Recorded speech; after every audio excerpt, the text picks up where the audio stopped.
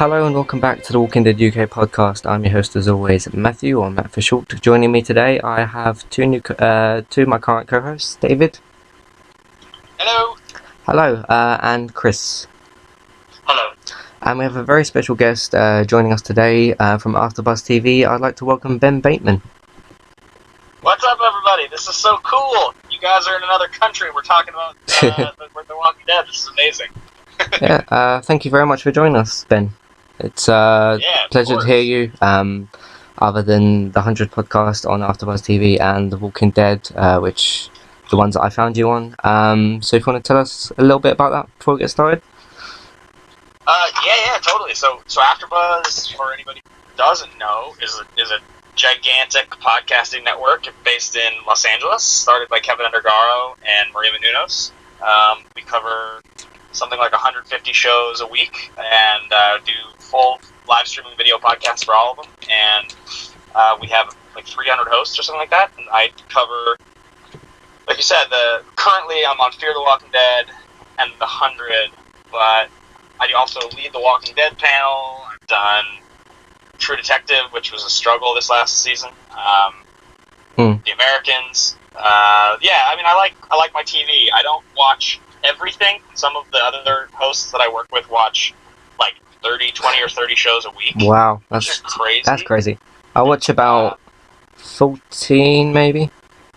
That's a lot still. It's still a lot. I'm a freelancer, so I do everything. I do a lot of live event coverage and press junkets and things like that. But the thing is, I cover entertainment, sports, and gaming. I'm a big Magic the Gathering nerd. You guys know Magic? Is that a big... Yeah. We're away.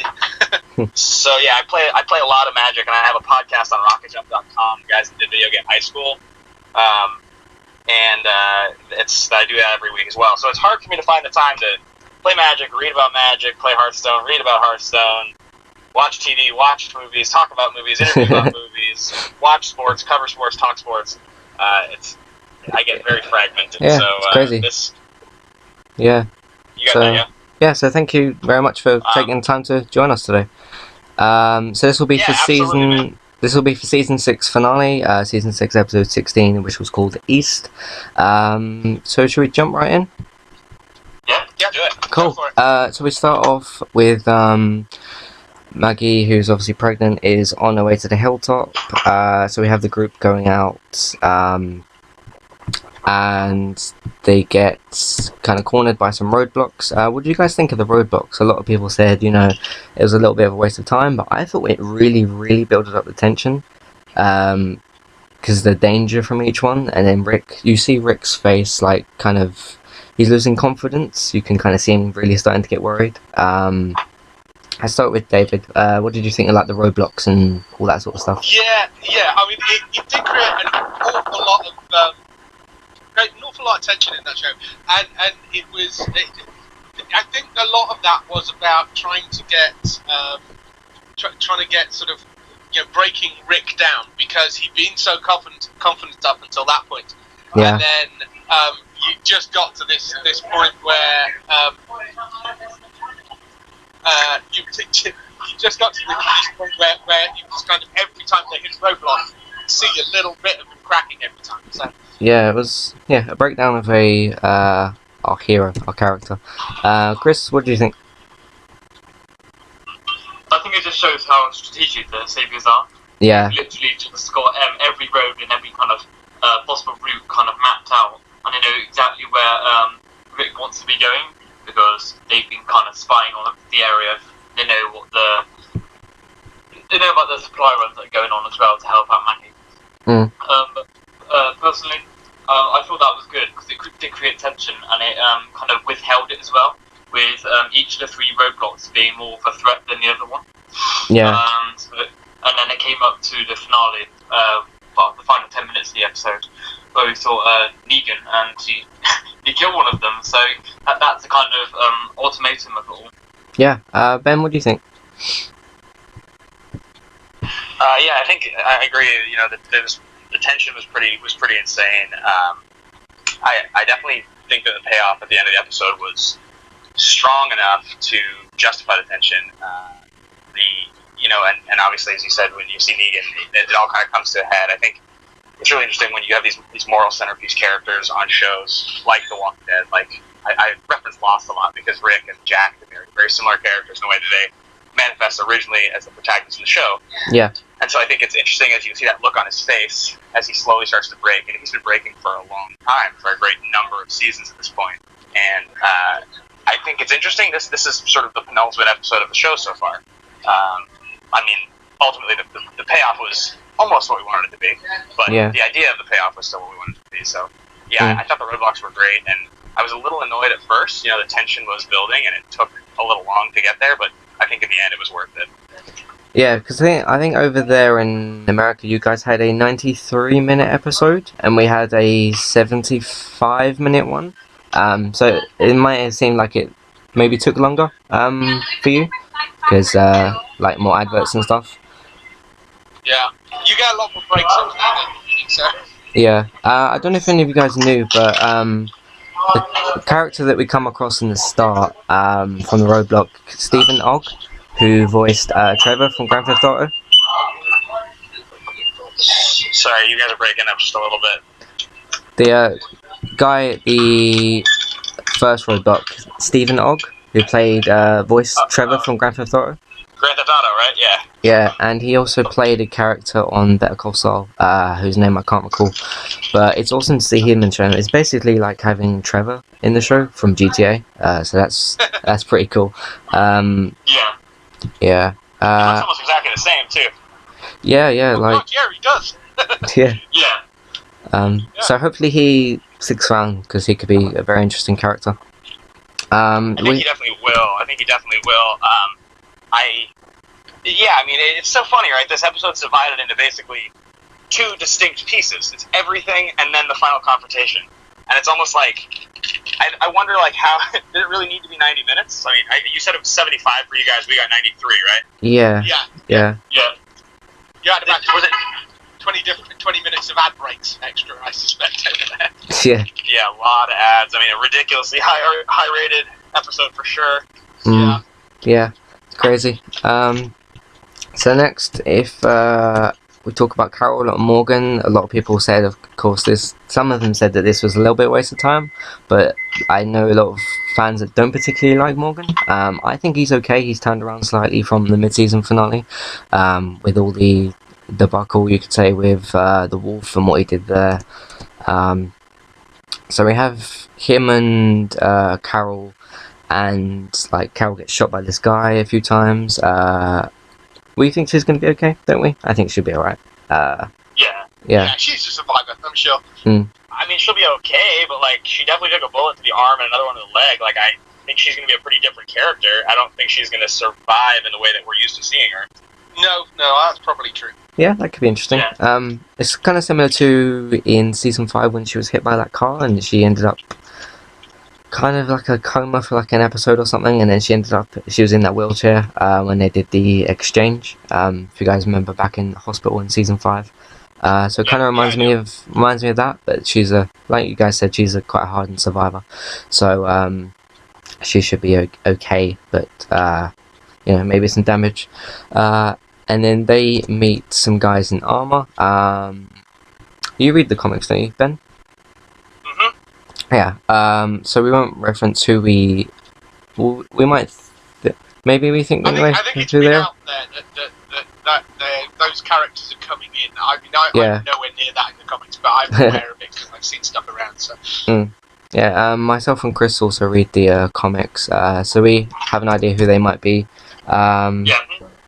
So it's quite interesting to see them. Not really, really early because they could be like season 7 stuff. Like first half of season 7. Very much. Someone also. I think that'll definitely be stuff from next season. Because they'll have to introduce. I mean, in the comics, the whole entire next sequence, and I won't talk about it specifically because, like as you said, we'll save that. But the whole next sequence takes quite a while. I mean, what happens is like a pretty long-winded story arc that I think could quite easily go 2 seasons of the show. Yeah. Yeah.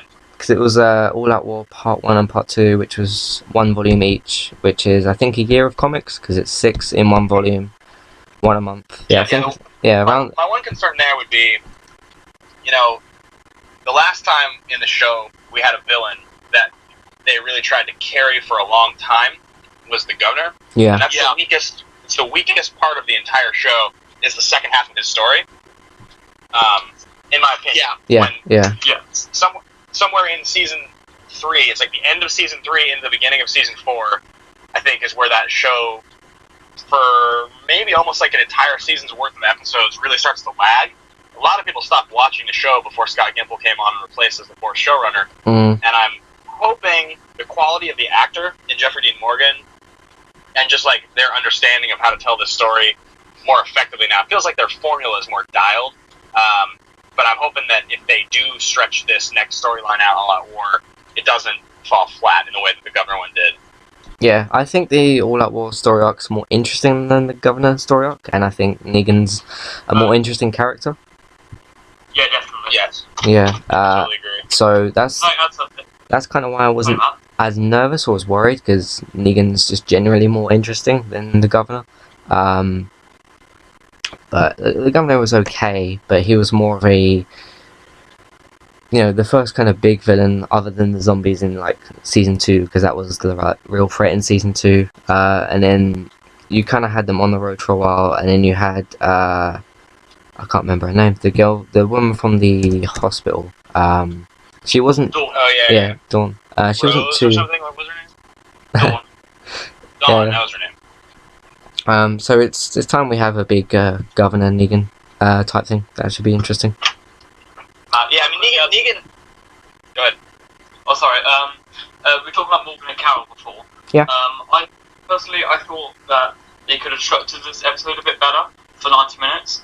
I'd have rather seen the whole thing with Glenn, Michonne, Rosita, and Daryl leaving the safety zone, rather than having the Morgan Carol story there.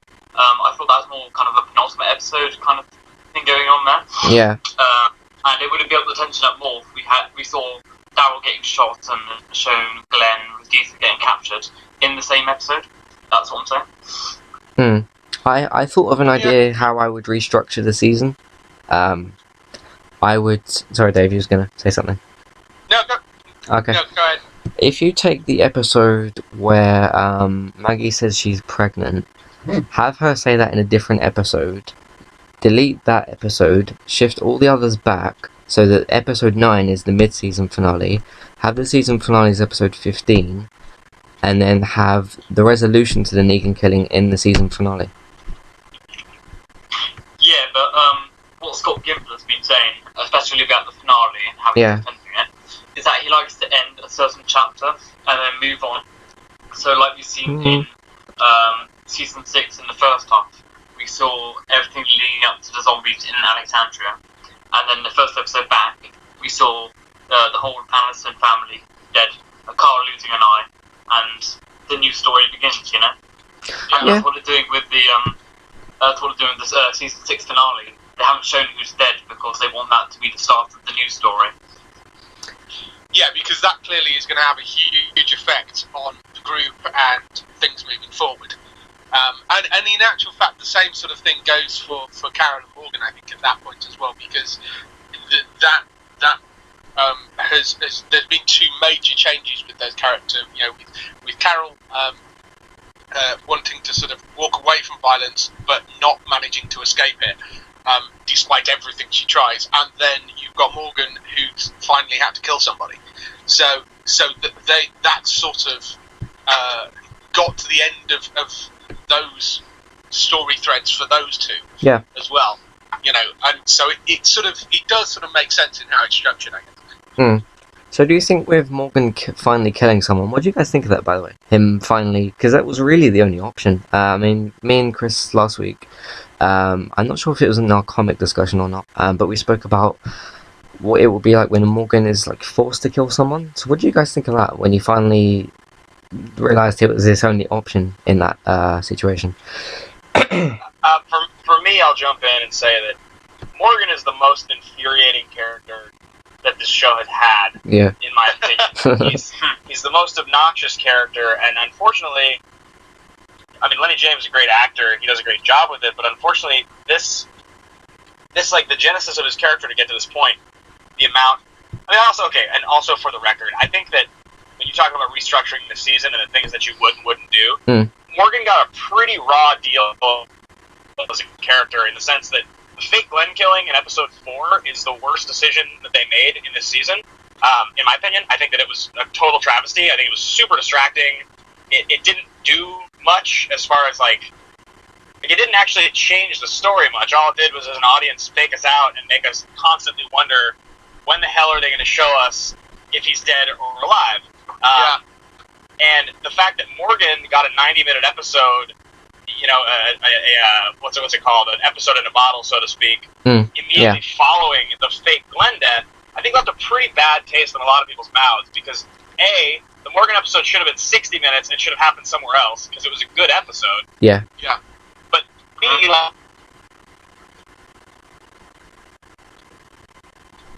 Nope.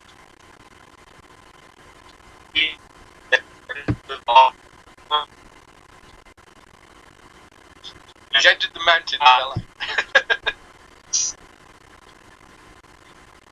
It seems ridiculous that also that the people within the community would tolerate it as long as they have. So it's kind of this thing where at this point he because he has to, but it's like too little, too late for me. Like I don't want him in the show anymore. I'm just sick of him as a character. I just don't want any more screen time for Lenny James. And I think that's kind of unfortunate. I think that this thing with Glenn actually was more destructive of the way people thought of his character than people realize. Go on. I was just going to say, do you think that's going to change how? I mean, I know you say you don't want him in the show anymore, but would you? Do you think that's going to alter how his character is for the next season, given that he now had to kill somebody? Yes and no. I mean, I think we all saw the foreshadowing with him building the prison for what that's going to be. Yeah. And like that was a little too convenient for my sake. I don't know. Hard to know. The show is pretty good at changing our perception of characters. I mean, Eugene was pretty obnoxious for a long time. He's improving as a character. Yeah. Gabriel was pretty obnoxious for a pretty long time. He's improving as a character. They can definitely change the narrative if they want to. It's just, at this point, I don't know. Hard to say. I mean, Lenny James is a talented enough actor that maybe he'll be able to do it in a way that's convincing. Yeah. Yeah. Personally, with Morgan, this season, I think it was at the halfway point where I kind of looked at the character and I thought, you know what, the show's screwed him up. They've made him all so focused on peace and everything that there's no way he can come back from this. But now, after seeing the finale, see him kill someone, I do think there's some sort of redemption there. And as Ben said, Lenny James is a great actor, and I do think that he would be able to deliver a convincing Morgan a redemption arc. Yeah, I think he can. Go ahead. I think he can certainly go on a redemption arc. Certainly now that he's met these new people and he's finally decided, well, he had to kill someone in that situation. So it kind of ties into what David and kind of what Scott Gimple said, like this end of stories and the start of new ones. As in like the start of Morgan's redemption arc. It could be quite interesting going forward. Yeah, it's kind of the conclusion to the chapter with Morgan killing someone in the finale, so they can move on now. Yeah, and it was strange. Like for so long, we were there was a lot of fans that were really like begging for Morgan to come back because we'd barely seen him before. I mean, he's an original character and he was in the pilot, and but we'd seen him. What was it? The first episode. Then it was Claire in season 3, and then the season 5 premiere. Then the mid-season of season 5. So we've only seen him like a few times, but it's good to have him back in the show. Just not necessarily in terms of the way he's become. So I agree with what you guys are all saying. Yeah, they definitely. When you said that they screwed his character up, I mean, I think that was definitely one of the long-winded character arcs that didn't exactly resonate. There was also an element to his character that was just like with his staff. Like I just sort of was like, I don't really get it or believe that this big staff would be able to like keep zombies away well enough. Like you seem to kill them by like head trauma, but I feel like that doesn't work. And then also like wouldn't the thing break? And like I don't know. It's weird. They were trying to make him some sort of a badass, peaceful warrior, but like he just seemed kind of like this obnoxious pacifist. So I think they wanted you to have more respect for him than we were able to have by his actions. Yeah. I mean, anybody else in that environment would have at least tied a knife to the end of it, you know. Tied some kind of blade. Completely. Yeah. So you can just like cut the zombie or like penetrate its head. Yeah. That's the thing. I don't. That makes sense. You can stab the zombie from a distance with that. That you know that helps. But yeah, he could have it as kind of a spear, and then with the other end use that on humans that he just wants to knock out because their life is precious. But yeah, how do you guys think it works from like with one of the zombies that he hit? I'm sure it's like neck got snapped from like him hitting it. It's kind of like Ben said, it's kind of odd. It's almost like trauma, but you do have to like destroy the brain. So it's kind of strange. I guess maybe it's like the. Was that good? Sorry, I think we were jumping on each other here. I was gonna say maybe maybe like the brain tissue is sort of dissolved enough, or I don't know, they're degraded enough at this point that if you do whack them with a big stick hard enough, it displaces the brain and that kills the zombie or something. Possibly, I guess. yeah. I don't really know. Yeah, because they really are starting to decay quite a lot. Wonder what they'll be like in like a few seasons. It would be interesting to see. Yeah, did you guys go? Oh, I was gonna say, did you guys see that thing? Somebody did a full study on how The Walking Dead's gonna end, and they talk about we're supposed to like 200 some odd days, right, or 500 days. What was it? They had figured out exactly how many days roughly it had been since the thing started, and looking at the degradation of the zombies from episode 1 till now, and sort of tracking how long it would be before these things were just like disintegrated and not a threat. And I thought that was pretty interesting. If you do consider that, like, you know, they're at a certain point they will just kind of stop being a threat because they're just going to stop being mobile. They'll just be disintegrated. Yeah. Yeah. True. Unless they literally walk around as like skeletons, like all their of their tissue and stuff falls off, but their brain's still there. Obviously, the zombies are still degenerating, but they're degenerating at like a slower rate now. That's probably why the show could go on for numerous amount of seasons going forward, because the zombies are degenerated so much that they literally they struggle to degenerate more. It's strange, but that's what I heard. Yeah. So do you guys want to talk about? I've got written down the saviors and I've got Negan written down. They're kind of a 2-in-1. It was quite from the moment they were when they came out the RV and decided to go on foot, and then they go straight into that kind of trap. You hear the whistling. I kind of clocked that it was the saviors straight away because of the whistling in the last episode from when Daryl was captured. Yeah, it seems like you have to be. It seems like you have to whistle well to be a savior. Otherwise, you can't get in. Yeah. What if they practice? You know, get together like a little choir. That'd be quite funny. Yeah. Yeah, we were laughing about that on my podcast. Like the notion that Negan would just be like, "Listen, if you can't whistle, I'm gonna bash your head in," or something like that. You know what I mean? Whistling lessons. I think that's how you get Lucille's if your whistling is off key. Yeah. That's quite a punishment for not being able to whistle. That's also weird. That's also like a creative thing. I know we said we save comic stuff, but like that's not something that you can convey in the comics as the whistling. So it's something that was created for the show. Unless I'm forgetting, but I don't think there was whistling in the comics. No, I don't remember that. No. But it's a good thing that they've added. Yeah. Yeah, it's kind of interesting because it is really eerie when you hear it. It's it works quite well as a TV trope. You know. Yeah, totally. It's very, very eerie when it happens. But but I can imagine. Yeah, you can't convey that in the comics at all. So. Yeah, it's quite. The main threat though is based on like terror and everything. So that's why they did the thing with I think it was the guy from the Hilltop, wasn't it? In the who's running away from them in this episode. and they basically Oh, yeah. hung him up in front of Rick's group, and they kind of beat him. And that it's all about terrorizing them, making an example out of this guy, and that's the whole threat that the Saviors are based off.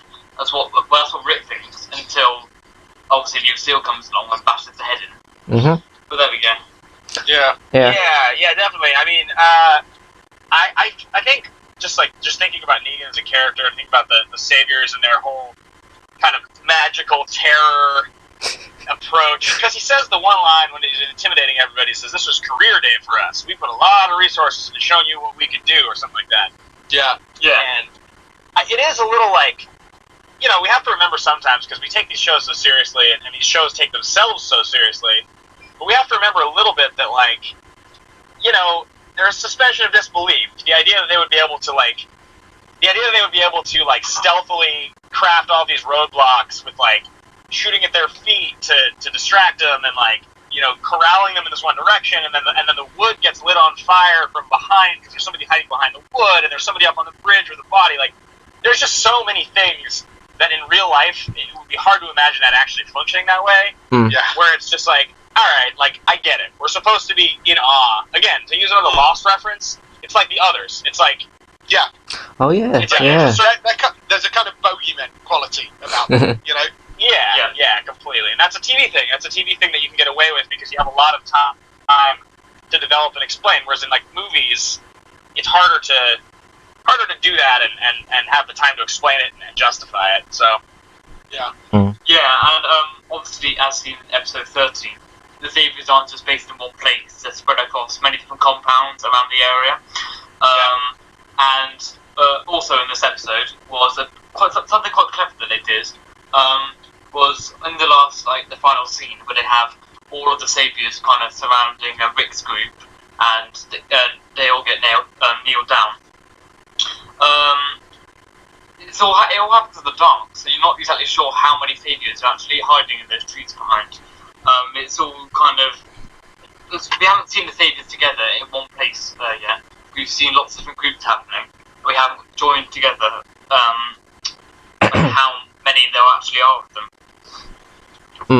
Yeah, definitely. 100%. I mean, it's and there's something interesting the show did that I found a little obnoxious, to be honest, which was that they tried to present. This is a superhero thing or an army thing, any kind of like war movie. You see this where like one small team has to take on like a whole, and they show so many Saviors dying in different, from the bazooka on the road to them just massacring everybody in this place. Like, they kill so many of these Saviors, and it seems like they're just trying to throw like this notion at you that like there's unlimited numbers. It doesn't matter how many you kill. There's always going to be hundreds more to take their place. Yeah. Which is a little frightening because you're like, how are you going to really ever justify Rick's group and these other groups, the Hilltop and anything else we discuss later, actually being able to win? Like, it seems absurd that there would actually be a group big enough to mobilize and take on these Saviors the way they presented them. Yeah, I suppose the only way you beat them is they follow Negan. So if you can take down Negan, there is a fair chance you may be able to disband the group. Yeah. I guess. As you've seen, if they all follow Negan, they're all armed. And obviously you've got a kind of broken brick, which Ben was on about earlier. It's a very small chance that you're actually going to kill many of them. Yeah, definitely. There was an interesting point Scott Gimble came up with, which was he was sort of thinking of the Saviour group as if you'd had the show and come at it from the other direction, so the people you've been following for 6 seasons with the Saviours and not Rick's group, how you then perceive Rick's group as being, because they're the guys that came in and slaughtered an entire base of the Saviour's people, seemingly unprovoked. So, would you then see them as the heroes and be cheering for Negan in that way, if you'd followed that side? That's quite interesting. Well, it depends. Yeah. It depends because obviously characters in good TV shows have to be three-dimensional. You have to kind of relate to them. And I know obviously there wouldn't be a TV show about just the Saviors, but we've only actually kind of seen one small group of Saviors, which we felt kind of some sympathy for. which was in episode 14. All the other ones are just kind of, they've kind of been arseholes, really. And we never really got to like them at all. So, I don't know.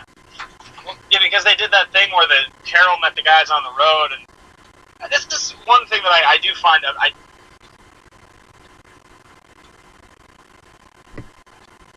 Hello? Oh. They gave him a really rapey vibe, like a really just like. Hello? Yeah, hello? You dropped out for a second.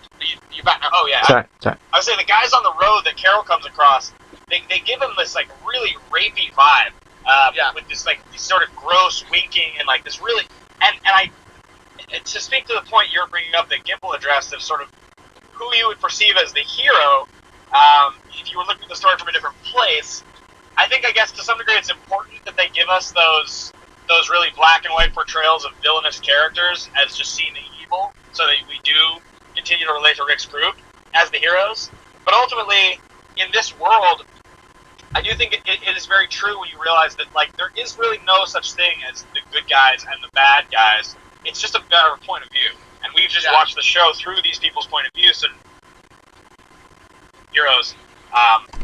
Also, I guess like the idea that Negan just like bash people's brains into the ground as a fear tactic does make him sort of more of a villain than Rick ever has been. Like, but again, like who knows? I guess it's all a matter of perception and perspective. Yeah, true. And obviously, if we were going to follow the Saviors through their story in the zombie apocalypse, I think you might get some sort of Sons of Anarchy vibes. I don't know. Maybe. So if we talk about just jump in and talk about so they go through the woods, they hear the whistling, and we get like a nice bird's eye view. And we realise just how many saviors there are, and I think from here till the end of the episode, this was probably some of the most nervous and intense scenes in The Walking Dead that I've seen and that I've kind of dealt with. Just the way it's all played out. Yeah, I would say this might have been the 10 or 12 of the most anxious TV I've ever watched. It might be the most intense 10 or 12 minutes of TV I've ever watched. Like, I was thinking about that while I was watching it. Very rarely when I'm watching do I find myself kind of gripping the edge of the table and abruptly shifting, and my heart is beating fast. Like my actual heart rate sped up. I can't tell you the last time that happened during a TV show. Yeah, that happened to me as well. My heart really sped up. You know, and you can kind of feel it on your chest a little bit, and then so that was quite interesting. So they go in there, and we also find that they've captured Eugene. He didn't get very far, and then we find the kind of the result of this POV view, like because we go into was it like a truck or something that Daryl, Michonne, Glenn, Rosita, they come out. Daryl's not looking too good. He's got like this. You can kind of see blood from where his shoulder would be, kind of almost confirming that Dwight shot him in the shoulder. And then Stephen Ogg's character, I don't think he's actually been given a name, so I'm going to call him Stephen Ogg's character. He's just listed as Saviour on IMDb, so... He says, it's time to meet the man. It's a big scene we've been waiting for a long time. He taps on the RV. Negan comes straight out and says, are we pissing our pants yet? So what do you guys think of Negan's introduction, David? I think it was a proper kind of scenery chewing moment for Jeffrey Dean Morgan. I think he did a really good job with it. And they had to do something big because they've been building to this like for however many episodes, you know. Yeah, so, very long time. Since it came back, basically. So they needed to do something big. It was interesting. They were saying on the Talking Dead afterwards that they actually had all the guys there for the whole of shooting of that scene. Because quite often you would put stand-ins or tennis balls or something, so he had an eyeline to look at. But the guys were there and acting scared the entire time, whether they were on camera or not. So, it sounds like it was a huge thing for them to shoot, and I think that must have really kind of helped him. But I mean, he's a fantastic actor, and I think he did a great job with it. Yeah, I think it's perfect casting. I can't think of anyone else that I would pick. There was rumours of John Hamm from Mad Men, but I have not seen Mad Men, so I wouldn't really know what he's like in terms of acting. But I think they did a great choice, pretty much perfect choice. And yeah, I think he pulled it off brilliantly. I thought the material was good. A little bit confused as to, because I'm sure there was news that he would be dropping F-bombs in the finale. I don't know about the American airing, but he didn't do that over here. Ben, what did he do? There was none. There was 42 F-bombs in the scene in the comic book that they removed. Does not say a single F-bomb in the show. Which is impressive, considering he drops it 42 times in the comic. Yeah. Yeah. What I've heard is that they've done 2 shootings of it.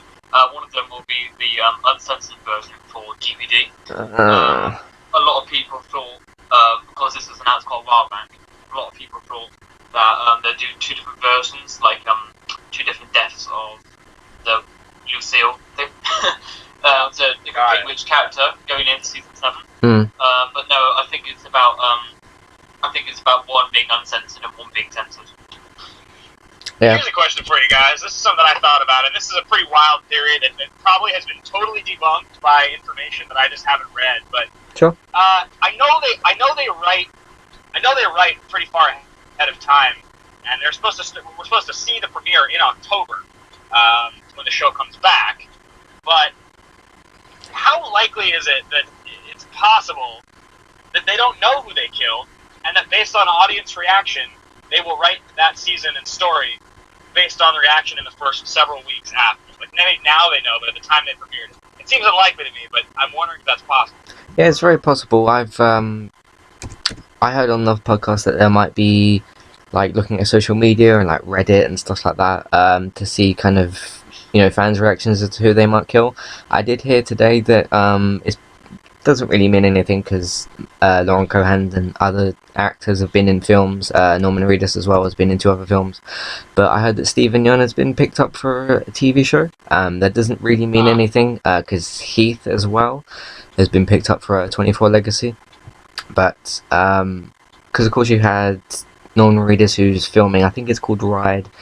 He did Air and he did 999 and did Walking Dead. I don't know if they were all filming at the same time, but you can still fit other things in, so it doesn't mean that Glenn's dead, but it's interesting information. Yeah. Do you guys want to speculate on who we think it is, or should we save that for the very end? Save comic spoilers, I would. We can predict kind of at the end of this. But yeah, I thought Negan was awesome. I thought the Eeny, Meeny, Miny, Mo was quite well shot because you start off quite slow with him going Eeny, Meeny, Miny, Mo, and then it kind of cuts really fast as he's like, and you are it, and then it cuts quite a lot, and then by the time it like gets to the scene where he says it and points to the person, there's no real way of telling who it is. So I thought that was quite good to throw off the audience. Yeah, it was really well shot, I believe, because obviously the audience who really love the characters, they'll be trying to figure out, like, who would it be if he moves along this way, and then he moves that way, and who would it land on? Yeah. But they shot it so well that we just don't know. Don't know. It was deliberately mixed up so it wouldn't be immediately obvious. I mean, they say there are some hints in there, but it wouldn't be immediately obvious who it was. So... Go ahead. Sorry, I was just going to add a point to Ben's theory, which didn't quite get to say. Actually, I don't think they're going to write season 7 based on what they've heard from the finale, because the scene that's happened in the comics has been all over the media and kind of been spoiled quite a bit for the people who don't read the comics. Yeah. The whole Lucille scene. So I think they should have a good idea on like who they would kill and what the fan reaction would be based on all that media and all that hype coming up to the finale. I don't think they would have decided from the finale who would it be. There was one other thing as well that struck me was, the actors are all claiming they don't know. I suspect the person that got killed must know, because otherwise you're putting the actor in a position of not being able to take like certain other jobs because they're tied up with having to go back and do The Walking Dead. And if they're going to get killed off immediately after that first episode, that seems a bit harsh on whoever's like the person that's getting killed off. You know? So Yeah. I mean, you would think at this point, like, I guess, like, you could imagine a situation where, you know, AMC is just like, all right, we're going to be showing one of the most shocking scenes in the history of TV, and we're killing a main character, but everything about keeping this a secret needs to be paramount, so the cast can't know. And if we're going to do that, you know, maybe they just say they pull that one cast member into a private meeting, they give them an NDA, they say, listen, you need to sign this. We're letting you know your character is going to be the one who's dead, and we're going to pay you for this many more episodes or this kind of holding something, whatever, you know, so you have a job for half the season while you figure something else out, but you have to, you know what I mean? Something like that, I guess, can happen because this show is so big. It's such a gigantic show. I'm sure the budget is there to do something like that, and keeping this a secret is so important.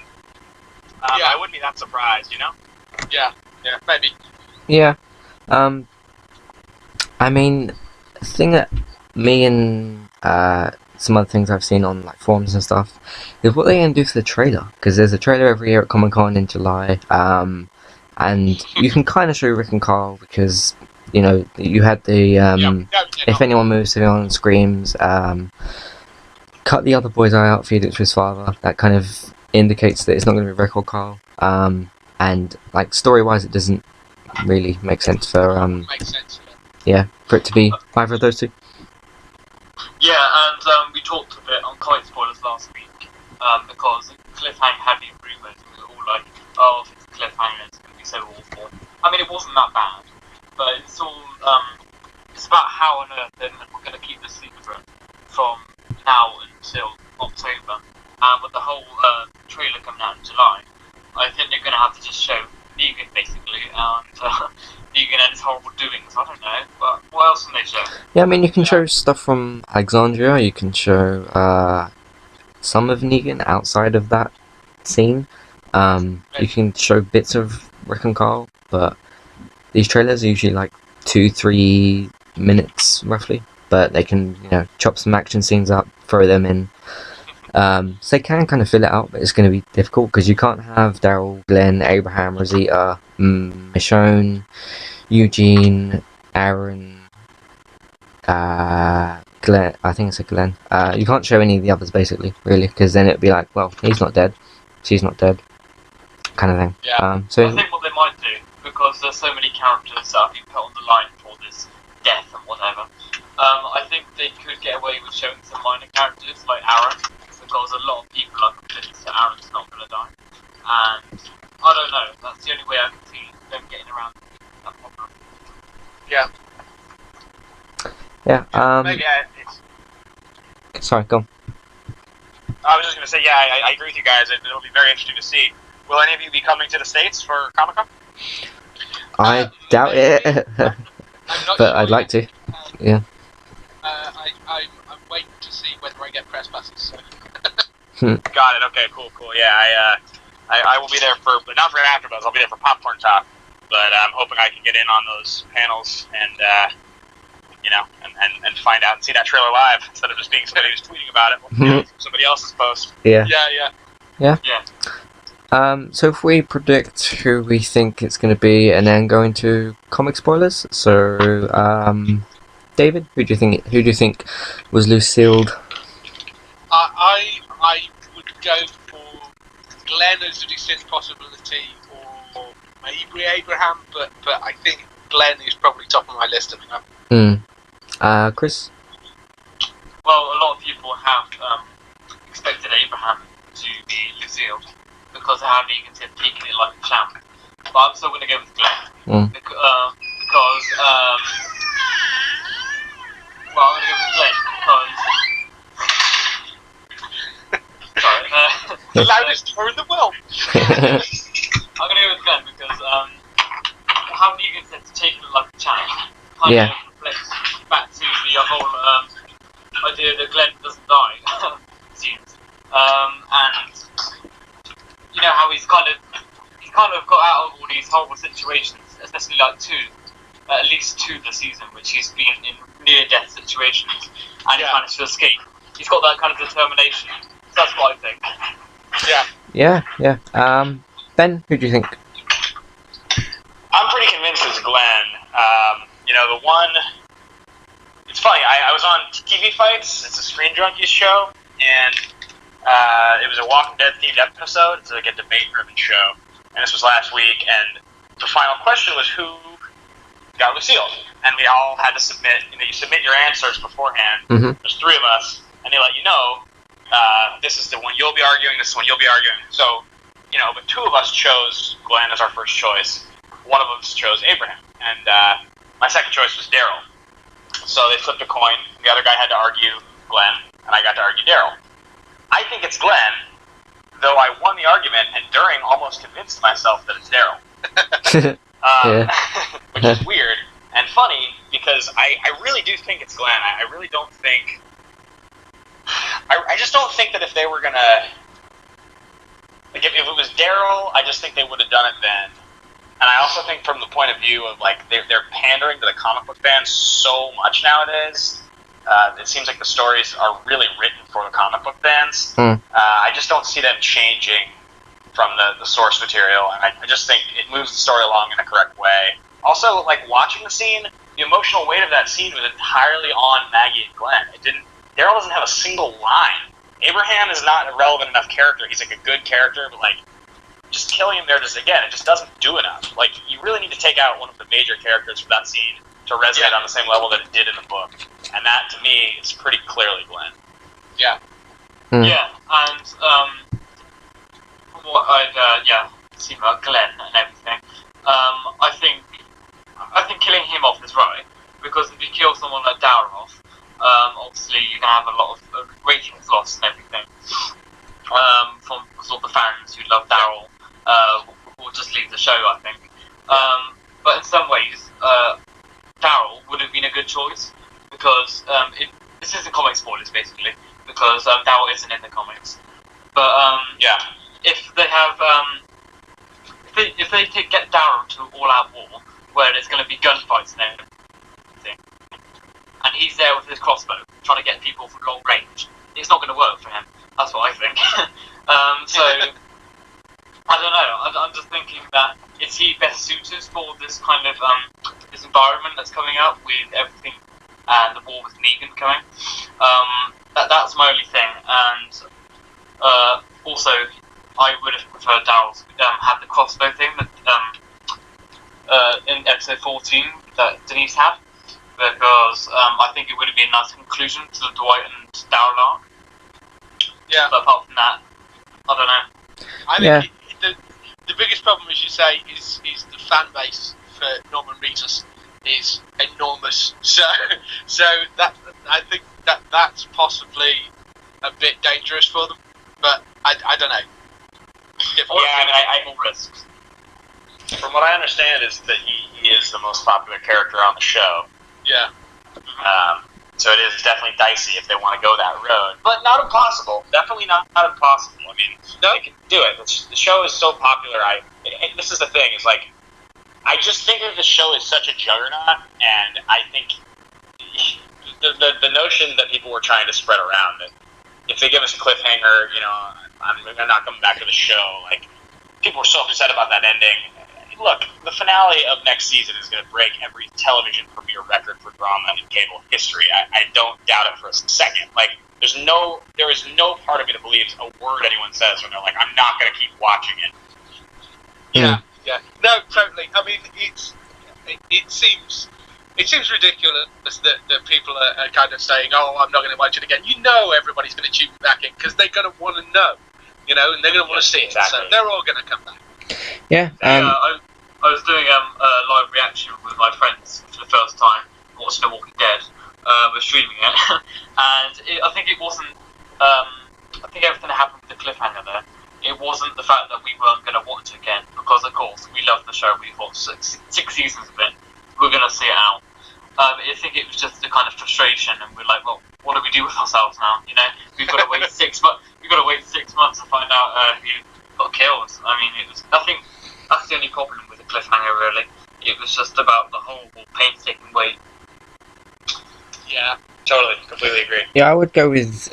I think I'm gonna still go with Daryl, with Glenn being a very, very high possibility because of like kind of like Ben said, all the emotional stuff there, like with Negan saying, I should put you out of your misery right now towards Maggie, and then Glenn steps out of line. He's willing to risk himself almost from that. He's not sort of still sitting there and holding back. So I think it's I'm gonna say either Daryl or Glenn, but I'd like to.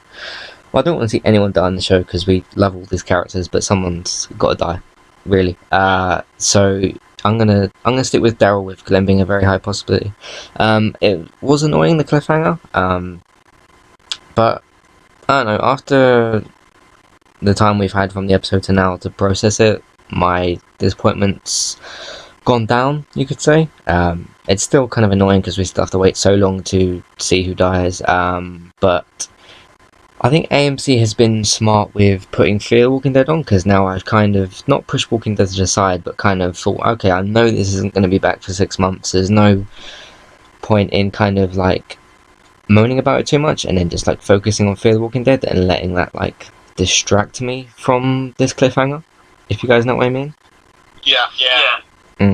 Because I know it's not. Fear the Walking Dead isn't The Walking Dead, but it's, still got Robert Kirkman there. It's still set in the same universe. It's still, a Walking Dead thing. So, yeah, it's a good show. I think it's a show that deserves more credit than it's so far gotten as far as quality. I think people have been reticent to admit they like tuning in because they feel like they're getting sort of used, like it's a spin-off, so they're being sort of sold something, or instructed to do something by a brand. But the thing is, it's a totally different show. It's a great show. I love this show, and I'm totally in on it. So, I think it's great that we have more Walking Dead almost all year round now. Yeah. That's what. So, I don't know if David would like to stick around, but should we do some comic book talk? You do the comic book stuff. I'm going to head out. So, okay. Yeah. I'm not up to date with it. So, all right. So I will catch you later. Okay. Thank you, David, for joining us. No problem. Yep. Nice to meet you, Ben. Nice to meet you too, bud. Take care. Cheers. Bye. See ya. Okay. So Ben, you'd like to stick with us for this? Yeah, I'll stick around for a few minutes. Cool. So what do you think of because in the comics, right, basically we get the whole thing, we get to see the death. Of course, it is allowed to be more kind of violent because it's a comic and there aren't really those kind of rules.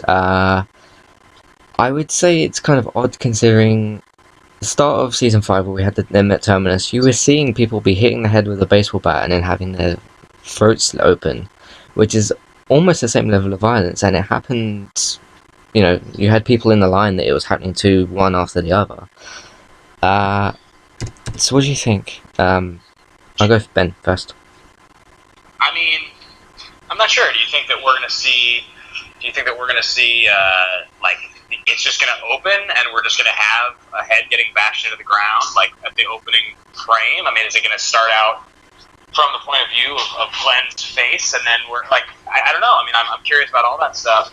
I'm also very curious about the gruesome nature of that shot from the comics, and will they give us that exact shot? It seems so ridiculous to me that they would give that scene and then that they wouldn't do that. If it picks back up in Alexandria or the aftermath of the bat bashing, and we just don't get it, that to me feels like very much being cheated as a fan. As a fan expecting to see that. I know they could show this on TV as horrible as it is. I know they can, and I really think they should. Yeah, I mean, I think they would have to show someone being hit first, because I'm not trying to be funny, but if you just see the head splattered, you might not recognize who it is, because the head would be so splattered. So maybe just show them being hit once, then maybe if they have to cut away from there. You can maybe show some other characters' reactions, and then go back and see the person on the floor, to definitely show who it is.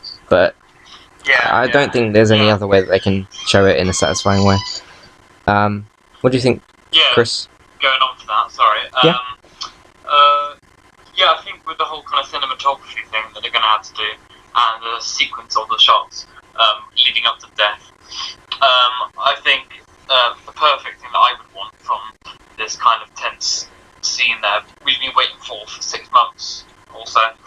I think we should just because if we've read the comics, we know that the cliffhanger in the comics is Negan leaving the group, but all nearly on their knees, along with one dead body, which is Glenn's. Because in the comics they've already shown who's dead who's gonna die before they kill him. Yeah. I think that they should have like Negan driving away, and you just see that kind of really brutally bashed in body, but you can tell who it is. You know, it's like Glenn or Stowell or something.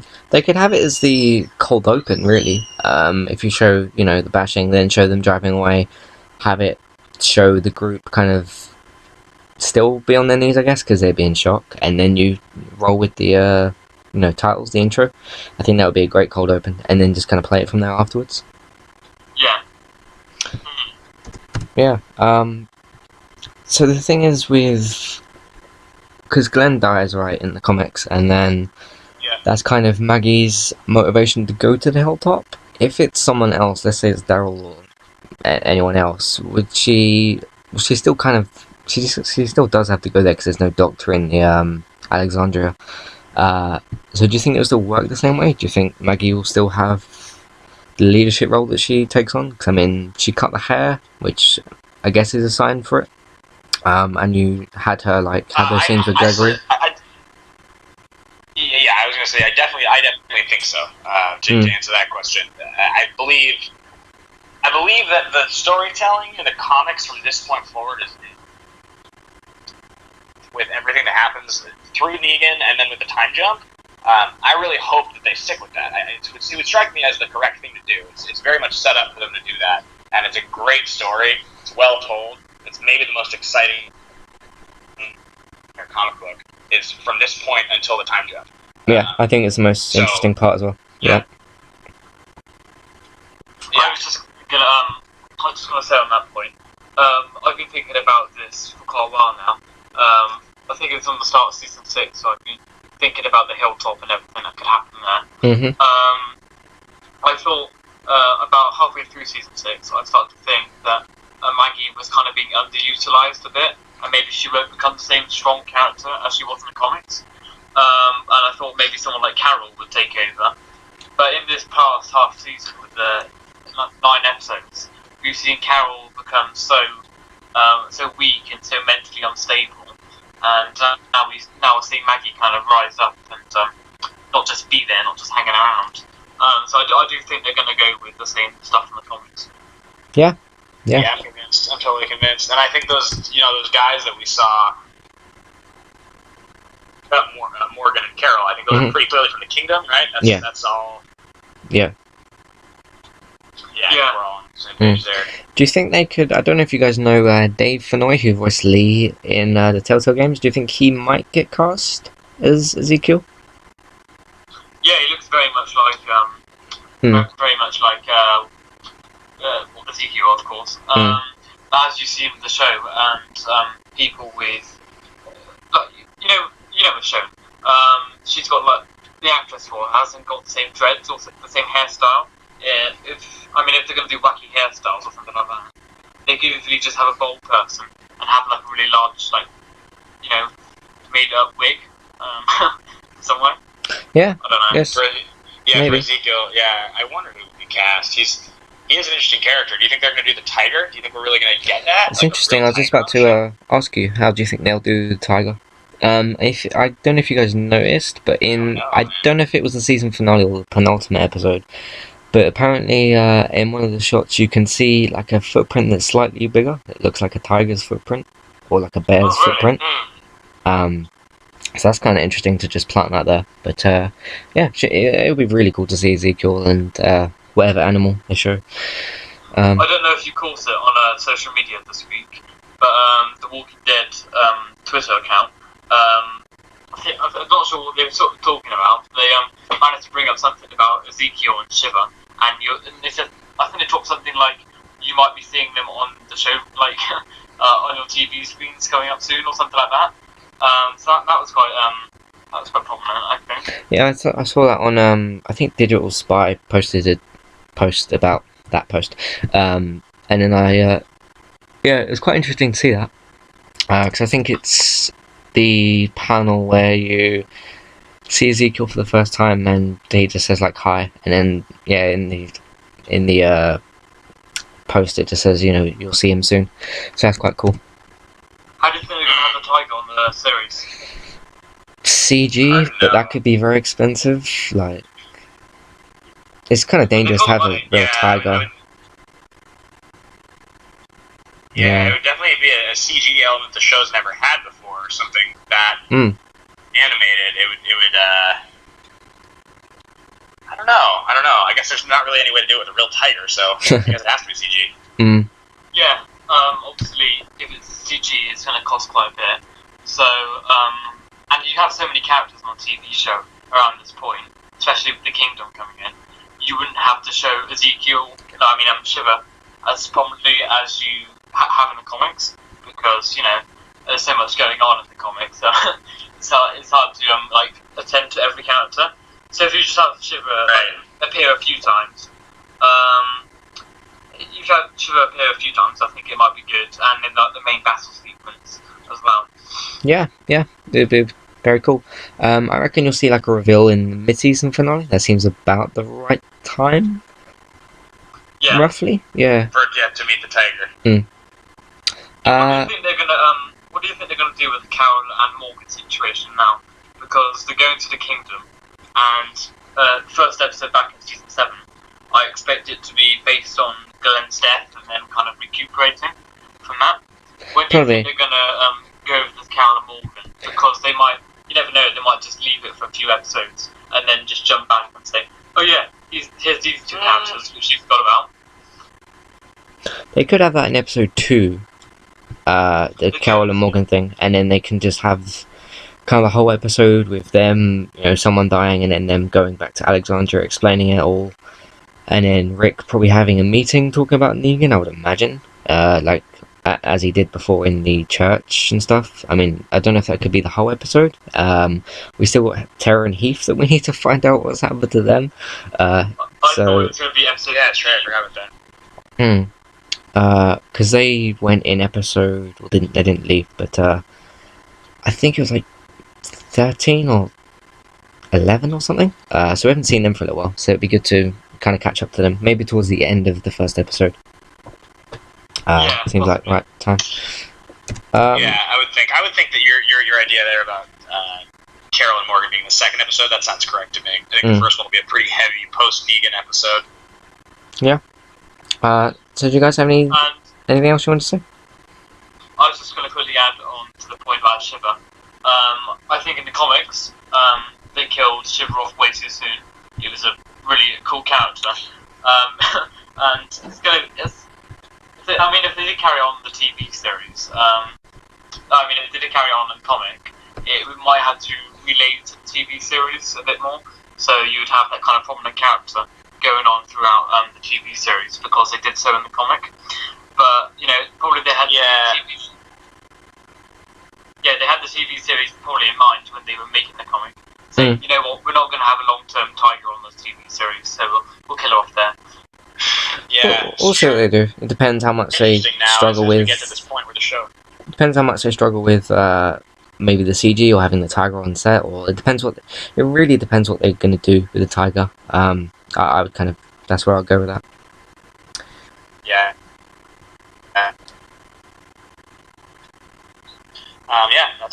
I think that's my last thought on the tiger. Okay, cool. So should we wrap things up and maybe plug some stuff? Sure. Yeah. So Ben, where can everyone find you? You guys can find me on Twitter and Instagram at Ben Bateman Media. Pretty active on Twitter, reasonably active on Instagram, and I do the Fear the Walking Dead After. Post on that on Sunday nights immediately after it airs. That's on AfterBuzz TV. So you go to AfterBuzzTV.com or YouTube.com/AfterBuzzTV to find that. We stream live. And if you guys like action movies, I do a podcast called Action Movie Anatomy, which is at 3 o'clock on the Popcorn Talk Network. And we cover everything from The Rock to Point Break to John Wick to The Fifth Element. We do a full intellectual and bad impression breakdown of our favorite action movies. Awesome. What about you, Chris? You can find me on my blog at chrisdoestwd.wordpress.com. So that's chrisdoestwd.wordpress.com. Awesome. You can find me on Twitter at imatty1994. 1994. If you search on, I couldn't give you an exact link because I don't know if it would work. But if you search for Entertainment Talk on YouTube and look for a picture of me, you'll find my recently changed YouTube channel. I did a lot of trailer reaction videos because there was a lot of trailers that came out recently. This will be going on there as well. Search for Entertainment Talk on SoundCloud and iTunes. Subscribe and follow there. You can also find me at Xbox The All-in-One Podcast on iTunes and SoundCloud for your gaming stuff or your Xbox gaming stuff. Might be making a Twitter soon for Entertainment Talk. Well, probably need to. I'm also, I know Chris knows this, but I'm also in the process of writing a zombie comic story, so I'll have a new update for that when I have a new update for that. I've kind of written the first scene and written the first 4 or 5 characters, so I'll post on Twitter when I have an update about that. Sounds cool. Yeah. I'm gonna try and not copy The Walking Dead too much, like try and not take ideas from it, but it's gonna be hard. But yeah, I'll make it as an original as possible. So I'll update you guys with that when I have an update. Thank you very much, Ben, for joining us. I know you are a busy guy with all the things that you do and all the things that you watch and all the after shows that you're on. So thank you very much for joining us. Appreciate you. Appreciate you inviting me on, man. It's really cool. Thank you so much. I enjoyed doing it. Thank you. Thank you, Chris, as well, for coming along. Thanks, Ben. Yeah. Alright, guys. Okay. Hope to speak to you soon, Ben. And thanks for listening, guys. And we shall see you next week. Well, not next week. We'll see you Take care, guys. soon. Alright. Bye-bye. Bye.